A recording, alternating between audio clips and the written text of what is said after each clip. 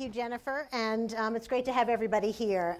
You have some brochures that introduce our panelists, but I'm going to do a quick introduction of them. When Jennifer said that this is a week of looking at genius, you get to look at them, not me. So Howard Nussbaum, in the middle here, is the professor of psychology at the University of Chicago. He's co-director of the Center for Cognitive and Social Neuroscience. I really like that name.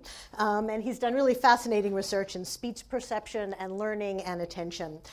He works with the John Templeton Foundation also, where he's the principal investigator of the Defining Wisdom Project, which also a wonderful title, and he's overseen other projects for them as well.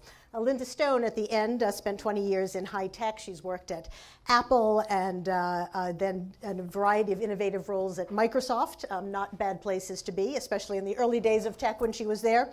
Among other things, she studied online social life and virtual communities. Since then, she's become known as a visionary thinker on our relationship with technology and how it evolves.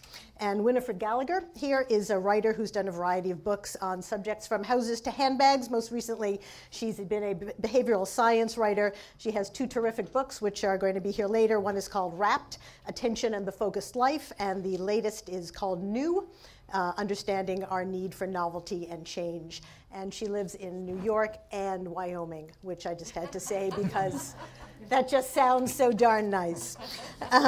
So it strikes me that we're all in a really interesting position here because we're talking about attention. So we both have a job to do here, which is that you're here thinking that you're going to spend the next hour paying attention to us. But I happen to know that you're also thinking about what you're going to have for dinner tonight, who's picking up the kids from the soccer game, and what time does that meeting actually start tomorrow. So no matter how much you're trying to pay attention, that may sneak in a little bit. But our job here is to try to keep you focused and to try to teach you or give you some enough information about attention that you actually won't pay that much attention to tomorrow's meeting. So Howard, let me start with you because there is always a lot going on in the environment, and how much do we choose where to focus our attention, and how much control do we have over that? Well, I think one of the big issues is that there are large individual differences. Some people have very good control over attention, their ability to resist distraction. Some people, not so much.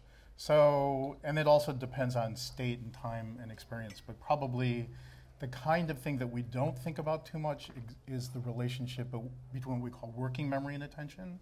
So holding a thought in your head or having a goal in your mind and focusing on that often lets you focus on information in the environment that's useful. So for example, if you're all sitting there right now and maybe you have a question about attention that you're interested in, focusing on that question while you're listening to the panelists talk will actually help you monitor information that's coming at you and stay focused on the information in the discussion. Let me just follow up quickly on that before I get to our other two panelists. Is attention a spotlight that we can turn onto something? Do we have that amount of control that we can say, I'm going to focus on that and shine a light on it? Well, we feel that way. I mean, we talk about it as a spotlight, and we have this sense that we direct attention one way or another. And it's certainly the case that we have the sense that our eyes are going to this place or that place. But if I actually measure where your eyes go, they're all over the room. And so your eyes aren't going where you think they're going, and the spotlight doesn't always go where you think it goes. On the other hand, some people are a little bit better at directing the spotlight and sharpening it up. Other people, again, may be a little more distractible, and the spotlight goes where it wants to. We call that slippage of attention or leaking of attention, and both of those kinds of things happen. Great, thank you. Linda, on your website, you describe attention as the most powerful tool of the human spirit. And you say, quote, in the end, we are fully responsible for how we choose to use that extraordinary tool. Help us out. What are some of the positive ways to use that tool and to focus our attention? Thanks, Janice. So when I think about attention now, I think about a kind of attention where I do want to laser focus, and also a kind of attention where I want to stay more within myself and gently notice. And I found that the gently noticing is really powerful, and that the part of me that wants to laser focus loses peripheral vision quite often. So I'll give two examples of this. One, Tim Gallwey, if any of you are familiar with the inner game of tennis or the inner game of golf, or anyone going to, I'm here seeing nods, that's very promising. So Tim Gallwey, many decades ago, worked with people at AT&T who were doing telephone support, and these people were burned out, they were struggling to stay interested in the people on the other end of the phone, they were really struggling in this very difficult job of doing phone support. We know because we've been trying to get phone support from AT&T, and it's not that easy.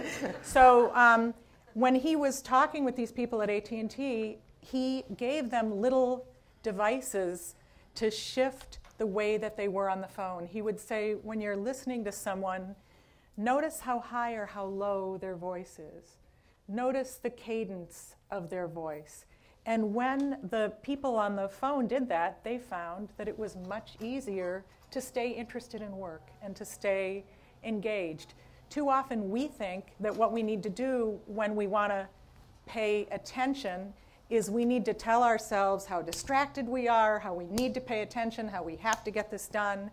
And that puts us into a state of anxiety, changes our breathing to a more shallow breathing, and actually makes it a lot harder to give our attention to the potential target we want to give our attention to. So this gentle approach of noticing can be really helpful. Can I say one more thing? Of course. Okay, so for me, one of the primary tools that I use day to day, and this happened to me at the airport yesterday, this man that I was seated next to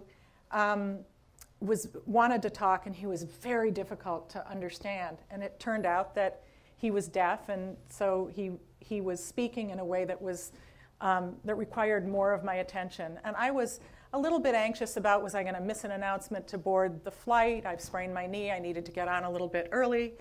And I realized that this guy really wanted to socially connect, and I was going to make my flight. It was going to all be fine.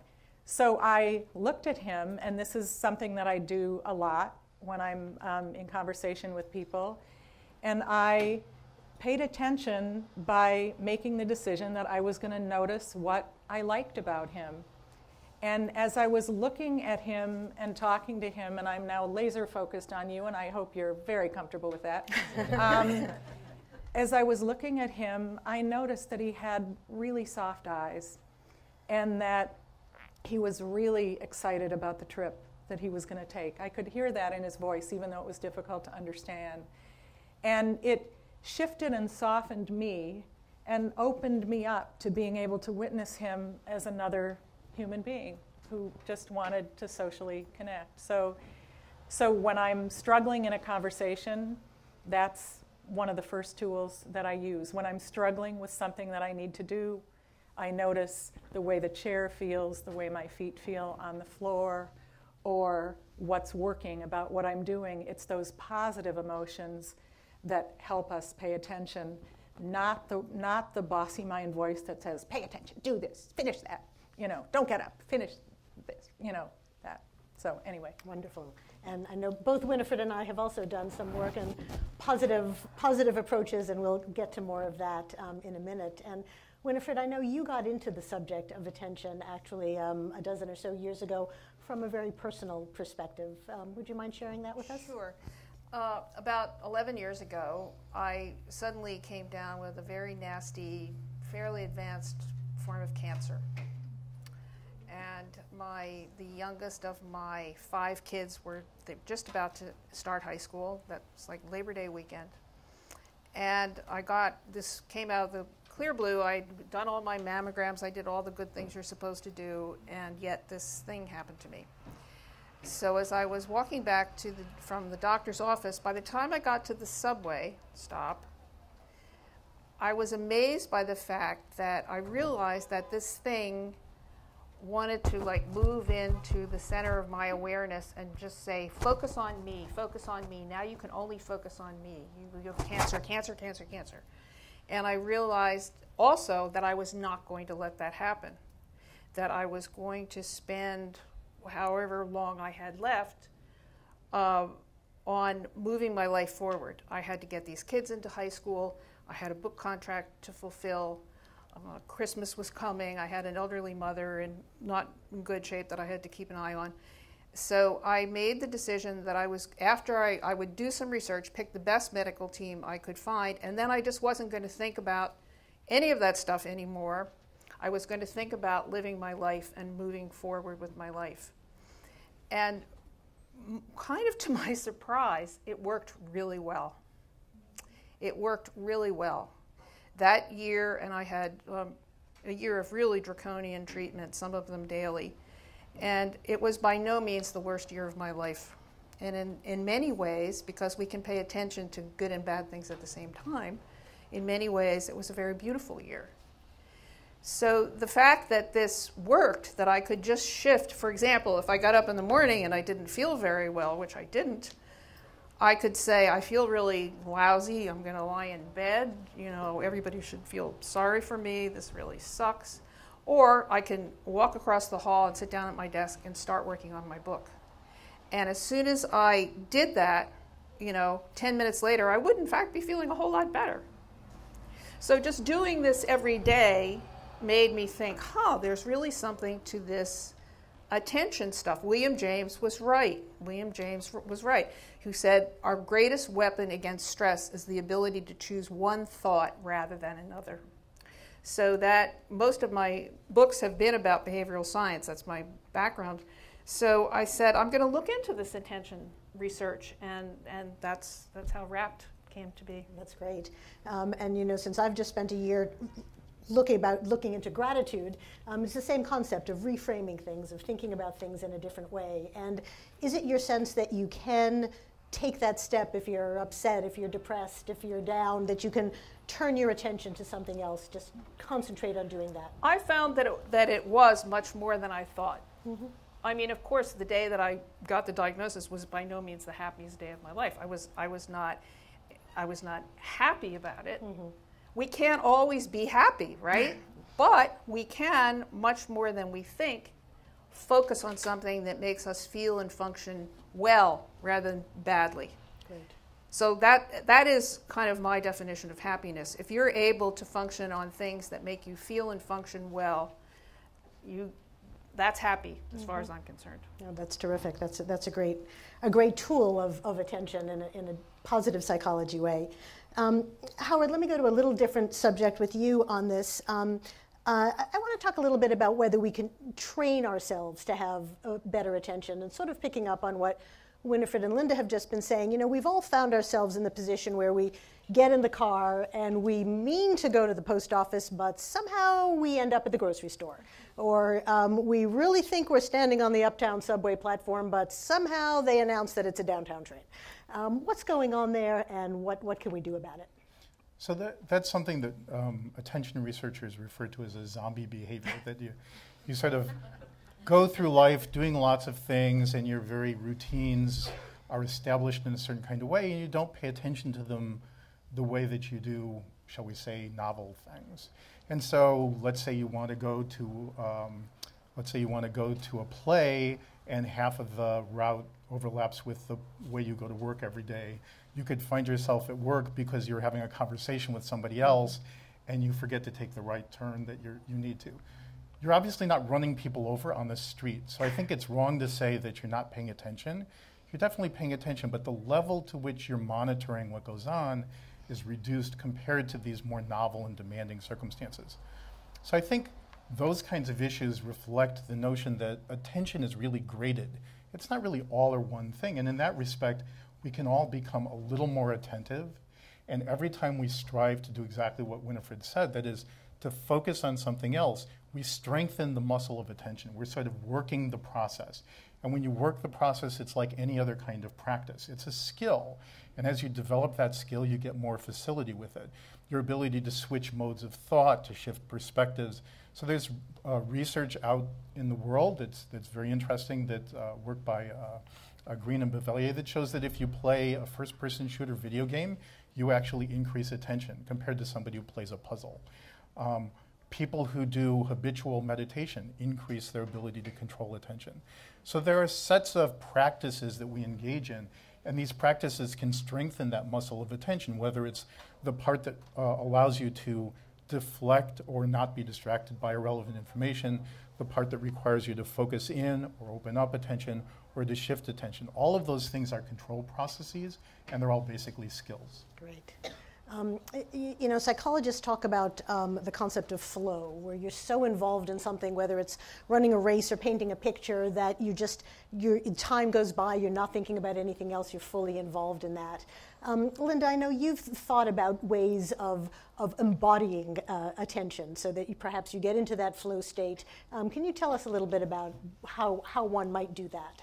So I'm gonna start by talking about something that a lot of us deal with today, which is we sit at a computer or we use a smartphone, and when we do that, we curl up around the smartphone like this to text, or we are like this in front of the computer. And when we do that, our chest is concave, and we start to shallow breathe or hold our breath. And I call that email apnea or screen apnea. We're temporarily breathing compromised when we're at the computer, but we do this for hours all day long. And one of the things that happens is that there's more of a sense of separation between mind and body. If you think about when you're on a smartphone or when you're at the computer, your mind is engaged and your body doesn't even get to go to the bathroom when it has to, because you're saying, no, wait, I've got 2 more pages to write. So if we shift over and think about a flow state happens when the mind and body are really completely synced up and together. And it requires breathing, for example, you know, something that we all came here and could do, and we gradually have cut ourselves off from doing it very well.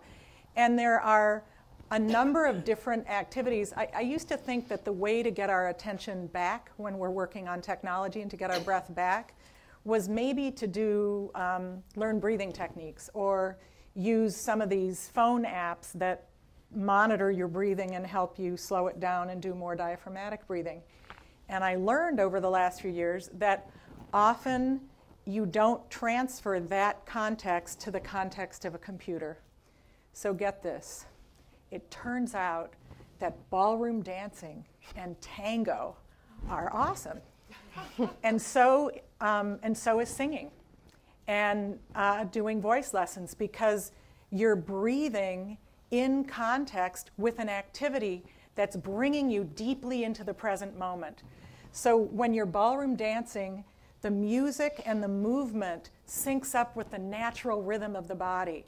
And if your mind and body are not friends when you're ballroom dancing, you are going to be stepping all over each other and not having the greatest time. You're socially connecting and often making eye contact.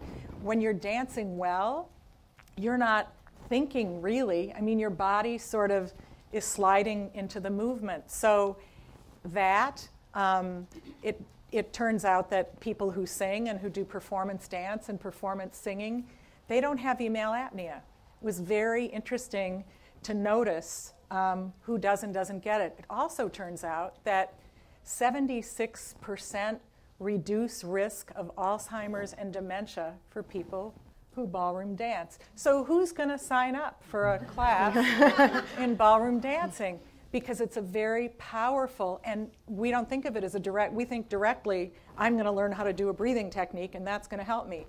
Turns out it's go have fun, go dance. So. That's great. I hope Linda will be teaching us ballroom dancing at the end of this. They must offer it at the 92nd. I'm sure they do. Right?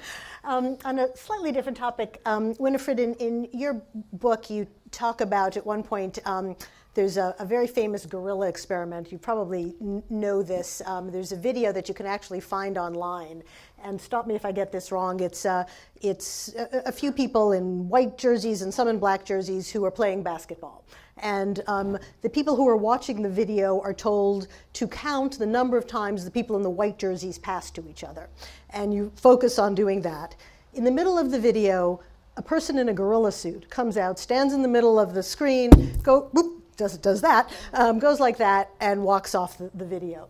You would know this better than I. A vast majority of people who are doing this experiment do not see the gorilla. And even if you know this story, which I did, and you go online and you find this video, you will not see the gorilla.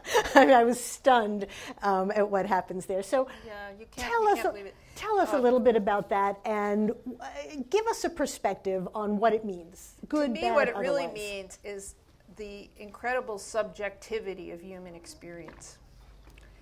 When you make a decision about what you're going to focus on, at the simplest level, paying attention is a process of selection. It's I'm going to pay attention to this, but when you do that, that's also, you're not paying attention to all this other stuff. All this other stuff. So you hear husbands and wives say things like, he lives in a different world. Sometimes I think he lives in a different world. He does. He does. Your ability to pay attention to whatever your object of focus is also eliminating all kinds of other stuff that's happening. The gorilla, even crazy stuff like a gorilla jumping up and down. One of my favorite illustrations of this is, I can't remember whether it was Art Aaron, a psychologist, a marriage counselor type psychologist, did an experiment where he had husbands and wives write down everything they did, all the events they did every day for a week. So, you know, fights with the kids, fights with each other, happy times, meals, whatever. At the end of the week, the agreement between the husbands and wives was at the level of chance. Sheer chance. These people had lived completely different lives. So you have to, when someone doesn't see a situation the way you see it, it's not that they're morally defective or there's something wrong with them. They really didn't experience the same thing you experienced. And this is a really important thing to bear in mind with attention. Mm-hmm. Like we think, like Howard and I are really paying attention to something, that this means that at the end, if someone asked us what we paid attention to, we'd agree. We might not. So it's a very useful thing to know. Go on. So one of the studies that is like the gorilla experiment was a study that was done on Cornell by Simons and Levin. They had this very clever real-life experiment where somebody would come up to somebody on the street, on the campus, with a map, and they'd just ask for directions. So here these two people are having a conversation. Meanwhile, two very rude fellows walk along with a door, and they walk between the two that are speaking with the map, with carrying this door. One of the guys holding the door changes places with the guy holding the map. And the question is, do you notice that the person you're talking to just 5 seconds ago changed? And more than half the people don't notice. They don't notice at all. In fact, you can just duck down and have somebody stand up in a little window and not notice the change. But what is interesting about this, and it's exactly what Winifred was saying, when the interlocutors were of different gender, so a male speaking to a female or a female to a male, the number of times you notice it goes up. In other words, if you have some social interest in that person, if they're matched in age, if they're similar in group, then you're interested, then you're engaged, and then you notice it. Can I add something too? Go ahead. So this is called inattentional blindness or selective attention. And it turns out that this is the key skill that magicians have. So here's what they do. They invite you onto stage. They give you a deck of cards to shuffle. And then they make you slightly uncomfortable. Oh, not like that. Shuffle the cards like this. And as soon as they do that, you've lost track of anything the magician is doing, and you are trying to shuffle the cards correctly. And that's what they do. And so you are then tuned into this other thing. They own you. Too late. So we do this to ourselves all day, every day. Again, when we chastise ourselves for, you're not paying attention, you have ADD, when we come in with these insults, those are all ways, we're like magicians who are stealing our own attention with those things. So it's, again, really important to mind the messages that you're giving yourself. Well, since this is part of a week of 7 Days of Genius, I'm curious, and maybe Howard or anybody can jump in on this one.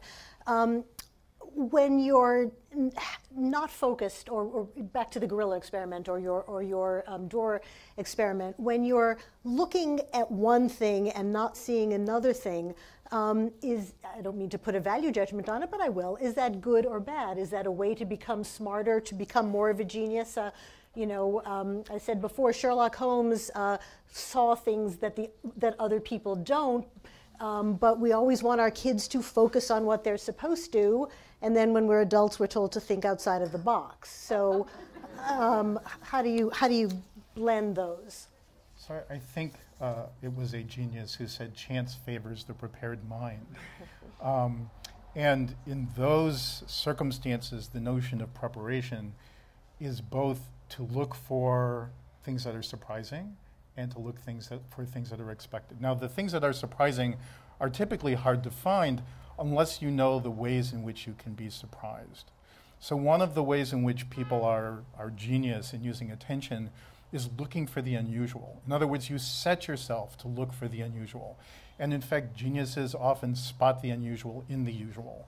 And that's one of the big tricks here, is to sort of change it's a kind of Proustian thing, right? To see the world with new eyes, to actually change the way you're attending to things because you change your expectations.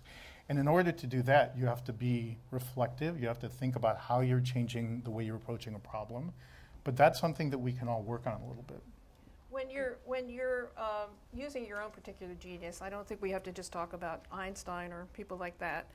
A person using his or her genius is spending a lot of time in what's been called peak experience or flow state. And I like to think about that as functioning at just manageable difficulty. Just manageable difficulty. So when you're fully engaged with something that is making you use all of your wits and your experience of life, fully engaged, you're just kind of, I'm grappling with it, I kind of get it. That's flow. That's peak experience. If it's too hard and it tips you over into the weeds, then you're anxious. Like, I don't know what they're talking about. If it's too easy, you're bored. So you have to stay in between that state, which of course Buddhist monks talk about all the time too, in between anxiety and boredom in that just manageable difficulty state. That's why it's so much fun and so good for your mental and physical health to try a new hobby, try something new, because you have to work really hard at it. You don't, of course you don't want to go skiing moguls if you've never skied before, because then you're just tipped over into anxiety and terrible fear. But if it's an activity that if you try really hard, you're going to be able to do it at least a little bit and get better at it, you're in flow. You're in flow. Research, Csikszentmihalyi's research showed most people think, if you ask most people, are you happier at home or at the office? They say at home. Are you happier during the week or during the weekdays, on the weekends? All the research shows the exact opposite. People are much happier, functioning much better, spending much more time in a flow state when they're at the office. Why? Because at home, they don't engage with difficult things. They tend to tip over into the boredom spectrum. And so they're blah. The unhappiest time in America, unless you're a churchgoer, is Sunday morning. Because people don't know what they're supposed to do. Interesting.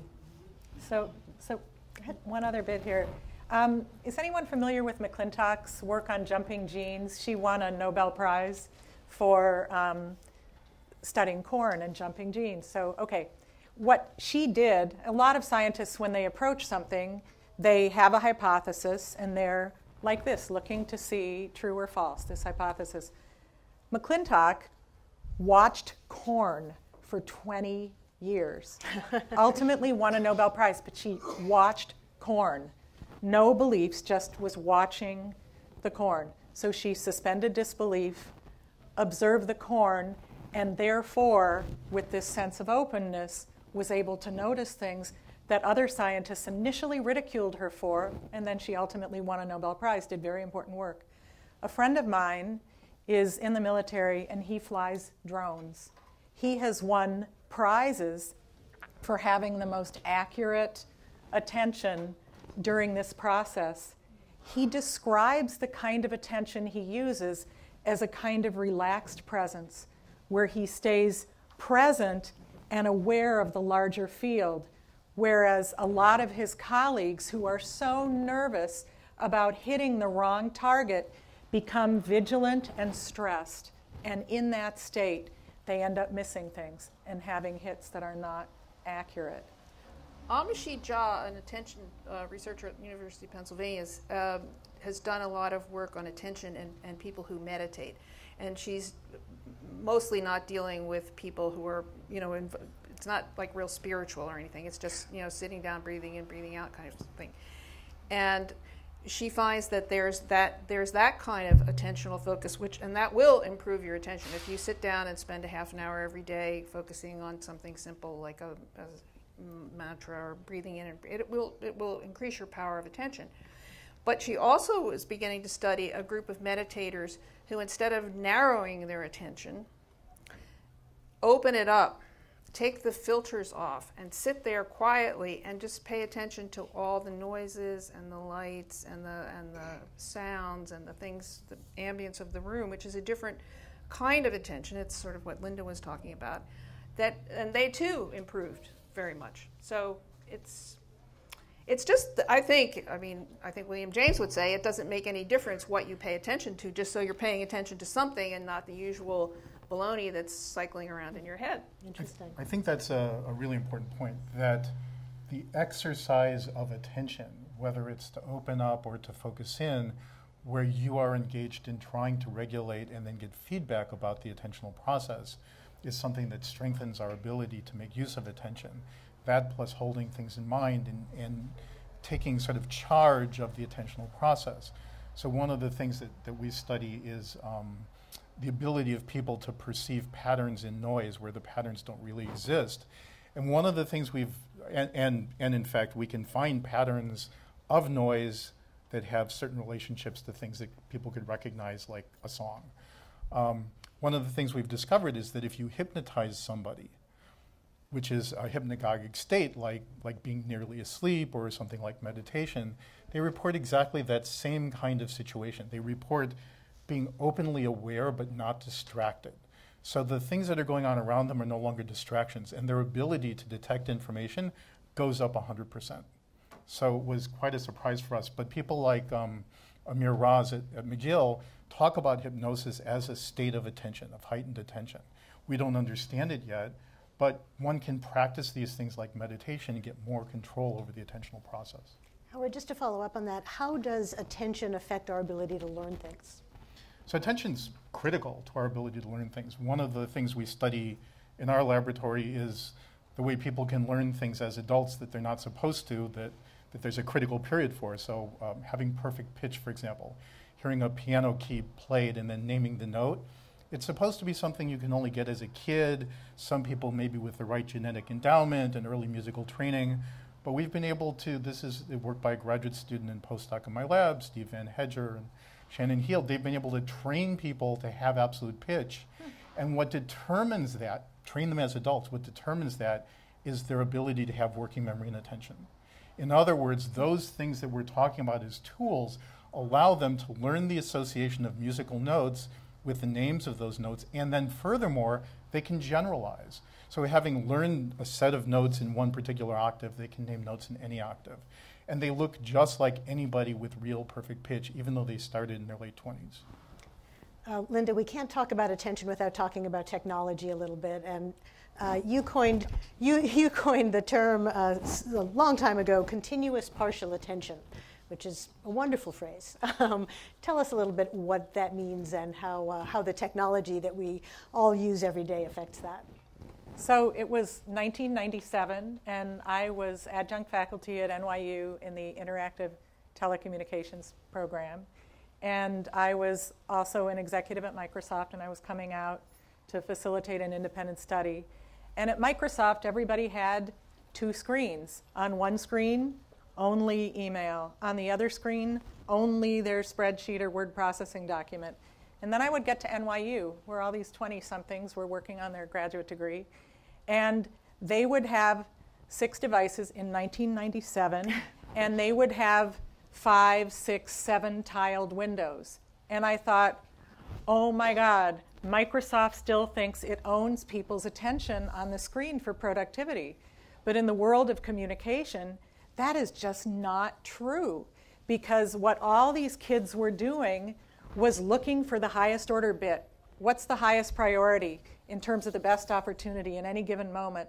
So at Microsoft, the people in their 40s were trying to get their spreadsheet done, and at NYU, these kids were like, oh, this is a party I can go to tonight. Oh, this is an assignment that's due. And they would just cycle between all those things. Meanwhile, the whole discussion that was happening was, oh, we're multitasking. Is multitasking good? Is multitasking bad? What happens to my brain on multitasking? And when people were talking about multitasking, they were thinking about simple multitasking, where you're tying your shoe while you're talking on the phone. They weren't thinking about complex multitasking, where you are writing an email while you're talking on the phone or driving while you're texting. That's complex multitasking, and so continuous partial attention is complex multitasking. It's when you're trying to do more than one thing that has a cognitive load of some sort, and you're rapidly shifting, because we don't really have an ability to multitask. You're rapidly shifting, continuously paying partial attention to everything in the environment, and then rapidly shifting to resource one thing after another.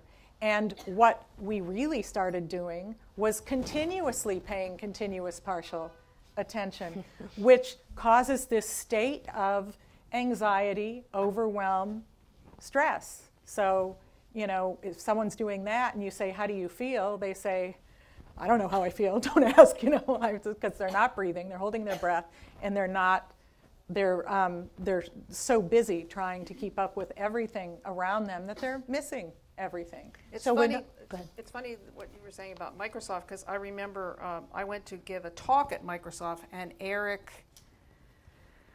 Horowitz, Horowitz, the research, yeah. head of research, he gave all the Microsoft people who came to listen to the talk, he made them fill out a questionnaire later, and he didn't. People who were either allowed to come and bring their laptops or not.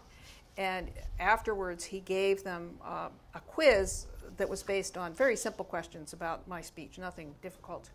And he found, in fact, that the people who were working on their computers while they were listening to me flunked the test. So, I mean, a lot of us would just, any third grade teacher would sort of go, duh, but, you know, this is Microsoft, and they, you know, it was hard for them to believe that they couldn't attend, but you really can't. You're, as Linda said, you think you're doing two things at once, but you're just shifting rapidly in between them. So Linda, is it the case that there's no such thing as multitasking, that really you're just doing one thing, quickly switching to another and going back to the first when you think you're doing two at once? We're not ever doing Is that right? multiple things right. at one time. We serially, rapidly process. And to the comment that Interesting. Winifred just made, one of the other things that, how many of you are parents? How many of you have had the experience where your child comes up to talk to you and you're just finishing a text message or playing Words with Friends or whatever, and you're saying, yeah, I'm listening. Anyone want to confess to that? Yeah. You don't want to confess to that. It's okay. So the bottom line is that your kids learn empathy and attention in part through your eye contact with them. And at one point, a couple years ago, I was asked to write something on rules parents should make for their kids around the use of technology. And instead of following the assignment, I wrote about rules kids should make for their parents around the use of technology. And I went out and interviewed kids who basically said, my mom should look at me when I talk to her instead of playing Words with Friends. My dad should not do email when we're watching TV together, because then he's not there with me, and I want him to be there with me. My parents used to snuggle with me in the morning, and now they're playing Scrabble or doing email when I come in to snuggle. How familiar are these things to you? Yes, pretty familiar. So this is a big deal for kids. They're noticing that we're not there. And This is how they learn empathy. This is how they connect. Great. Well, I'm going to put aside my questions since I have your questions now, and some great questions here, and we'll see how many of them we can get through. The first one is, what are some practical suggestions, and whoever wrote this underlined that, practical suggestions about how to be more productive by being more attentive? Who wants to grab that? Everybody's pointing to you, Howard, so... Or Winifred. To be more productive by being more attentive. Well, I think some of the things we've talked about are important in terms of taking control of attention. So one of the things that we have learned recently, colleague Mark Berman has discovered that if you go and take a walk in nature versus a walk down the street, you will actually have better restoration of your attention, and your ability to work productively will be improved. We don't understand yet why that is. We know that parts of cities that have more green space than less have better outcomes and benefits for health. So one of the ways to become more productive is to stop doing what you're doing, actually take some time to reflect and go walk in nature. So in Finland, kids get a 15-minute break every hour, and they are more tuned in during the 45 minutes that they are expected to be working and learning than kids that don't get those breaks. Okay, so let's carry this over into adults. How many of you give yourselves 10 minutes, even an hour, to take a break, take a walk, look out the window? Okay, you heard it here. She's an expert on attention. She takes that break. It's really an important thing to do, and it isn't taking a break by playing Candy Crush. It's taking a break by getting up and moving around and looking out a window and having a glass of water and listening to your body and what your body might be wanting to do during that time. Well, I can pass on, actually, I think a wonderful tip. I think it's wonderful because I've told it to a lot of people and they say it works for them. This is from an NYU ADHD researcher who says, if you really need, if you're doing some important work or the important work you're going to do that day, during that time, switch off your devices. Focus really hard on that task because every time you interrupt, it can take up to 20 minutes to reboot. You think you can just go like, oh, I'll just answer this one email. You're losing a lot of nuance. So don't do it. Work for about 90 minutes, which is what he has found is sort of the optimum amount of time before you need to change your state. You know, we can't stay focused forever. So work for 90 minutes. Then you get up, you get a cup of coffee, you do your emails. Good advice. Remember, rebooting takes 20 minutes and focus for 90 minutes. 23, is it? Anyway, try it. I told my editor that. She's a very hard-driving New York City publisher. And she said, damn, that really works. That's so interesting. I've not heard that. 20 minutes, no, 90 minutes to work, and then I get 20 minutes? No. 90 minutes to work, and then I get don't be distracted because it's going to cost you 20 minutes. Okay, well, interesting. it's also the case that if you're working on a problem and you're stymied by that problem, taking that 20-minute break is probably not a good idea, but sleeping on it is. So your ability to get insight into a difficult problem is promoted by sleep, and especially in those problems where you've been trying to solve the problem, come down sort of false routes, and then are about to give up, just give up and put it away and come back the next day. And the odds are you will have better insight into solving the problem. So tell us a little bit more. Hold on a second. I'd love to hear a little bit more about that because I was going to ask you about that. I think many of us find that you're stuck on something, especially if you're a writer, you put it aside and somehow you wake up the next morning and you know what to do.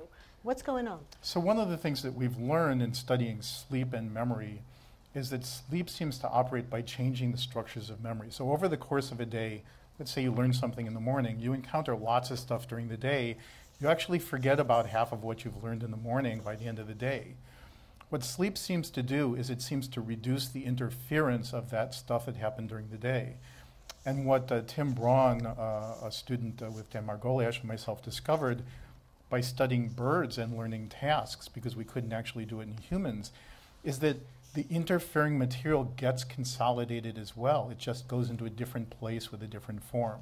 So if you've been learning two kinds of things and they're both working against each other, The next morning, those two things will have pulled apart and have their own separate realities, and you'll have separate insights into them. Great. I have so many good questions here. And this may be a bigger topic than we want to deal with right now, but let me throw it out because a couple of people asked about advice for parents of ADD children who aren't being medicated, or maybe just a general advice for kids and attention. I have one. I have 5 kids, and my littlest one, he's the youngest by 6 minutes of his twin sister. He had virulent attention issues, except when he was doing something he enjoyed. The same kid who couldn't sit still for a minute in Spanish class taught himself fly fishing, which, as you know, it can be it's not easy. It's very frustrating. He was 8 or 9 years old, and he's a left-handed kid. We don't know anything about fly fishing. He taught himself. And when he's fishing, he's completely undistractible. So the best advice I got as a parent with an ADD kid, actually 2 of them, or at least 1.5, if you can just keep that child aloft through the horror of school for them, they will be fine. Just, you have to support the rest of their person. We didn't evolve to sit still and stare at a blackboard 6 hours a day. We evolved to be like hunters and gatherers, very active. If you can just keep that kid feeling good about him or herself and engaged in things that are engaging for them. For my son, it was sports.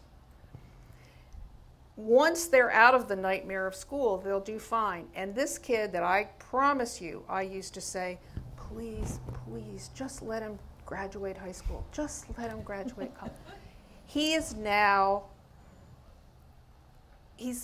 I don't know how else to say it. He's making like a 6-figure income he's 25 years old in a very difficult, very competitive industry. He sat in my living room on the day after Christmas and made $20,000 while I was making breakfast.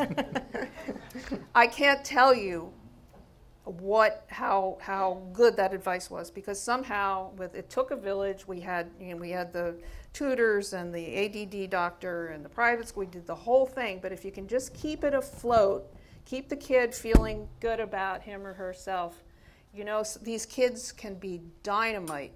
They can be dynamite. It may be a bit what we were talking about before, that they not fitting into the slots could end up in the long run being the best thing. That's right. Not the problem. Would you go and talk to schools about that? You Because really? I get asked that question, and I've had schools who say to me, if you don't medicate your child, he's going to be a drug addict later. Oh. And I looked at them and said, why should I make him a drug addict now? Right. And if you do medicate your child, he's going to be a drug addict in later life. When you go to colleges today, these kids have had lots of experience taking medication for depression, ADD, et cetera, and they're now at college taking Marinol, Adderall, et cetera, because they look at the pills. So, yeah. Well, go we talk to found it's schools. not a simple equation, because a lot of attention researchers would say to you, if your child is so jumpy and fidgety in school that they literally can't have the learning experience, your brain it's the neoplasticity of the brain, the sitting in school is actually changing your brain. So if your kid, if it's so distracted that the kid can't learn, then what we ended up doing after a lot of agonizing was a little bit of medication. Sometimes he didn't want to take it and stopped it and didn't have to take it. A lot of kids outgrow it. So especially boys, puberty is a wonderful thing for the adolescent mind. I mean, getting over it.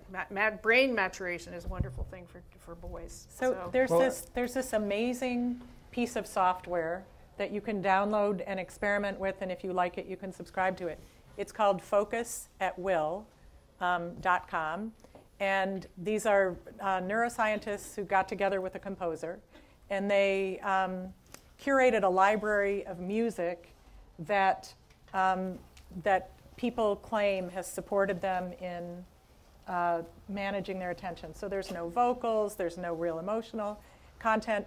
Different people respond to different channels of music on this site, and you can test this out for free.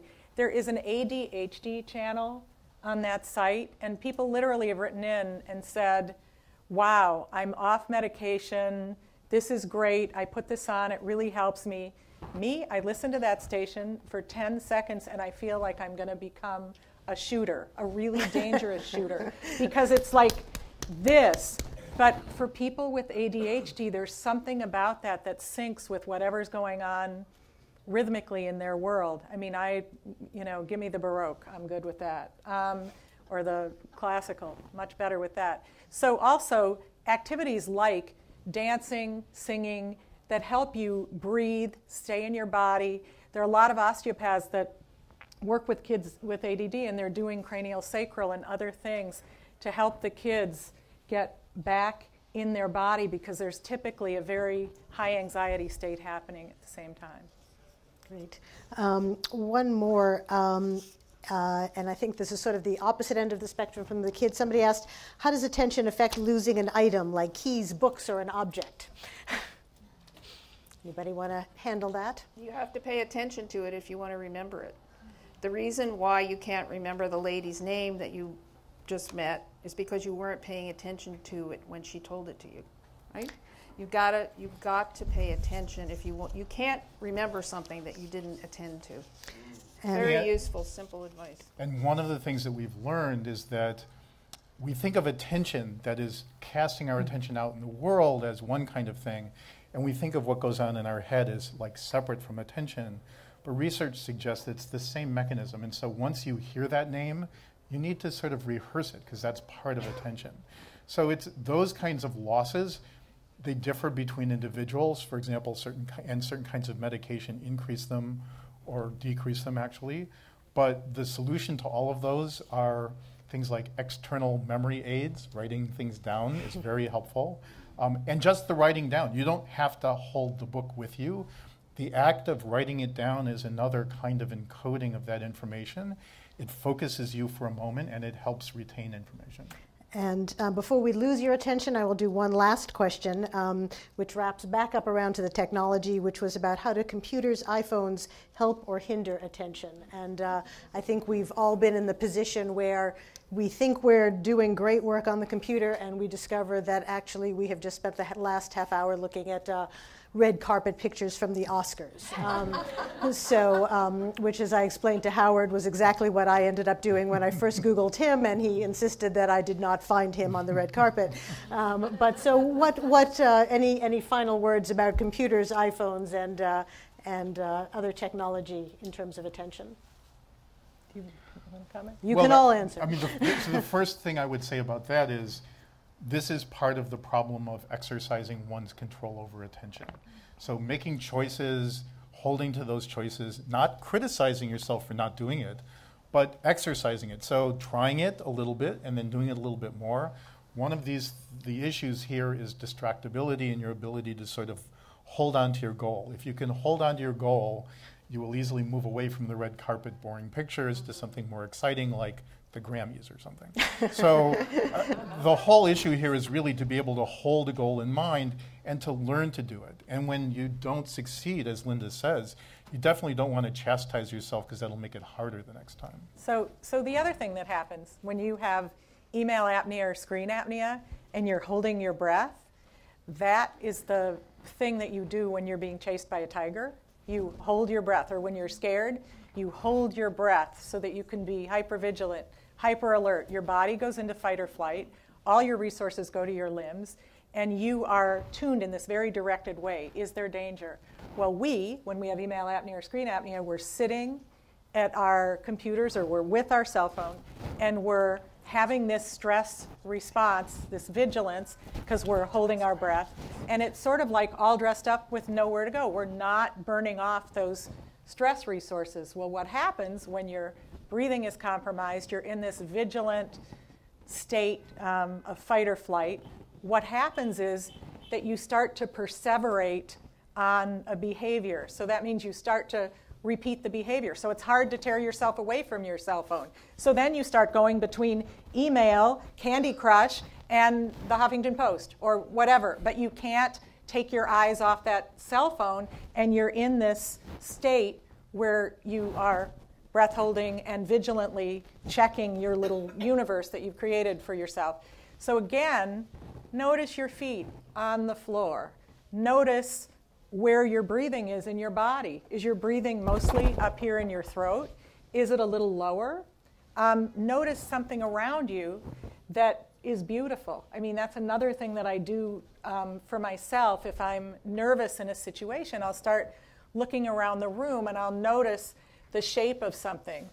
And it brings me back into the moment. I start breathing again, and I get back into this state where I'm sort of more connected mind-body rather than mind going off into the ether with a game or the smartphone or the technology.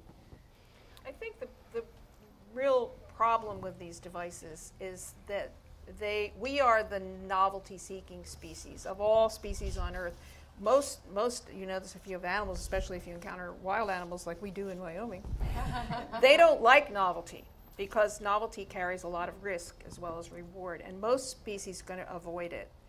We are the novelty-seeking dynamos. That's why we evolved in Africa at the same time as maybe 6 other hominid groups very much like us. They didn't, because we could make the big jumps that the climate at that time required there. We could be the desert people, and then we could be the jungle people. So we are novelty seekers by being human beings, and some of us are way over on the extreme spectrum of that too. So when you have a device that's going to shoot you as much novelty as you want all day and all night, and all you have to do is tap the screen, it's very hard to turn that off. It's like a drug. In fact, a lot of psychologists and psychiatrists think that it's absolutely possible to be addicted to novelty, because the people, if you take away the cell phone, they start to sweat, they get very anxious, they get very nervous. It's very, I mean, I love it when you're on the plane and they say you have to turn off the devices. It's like, right?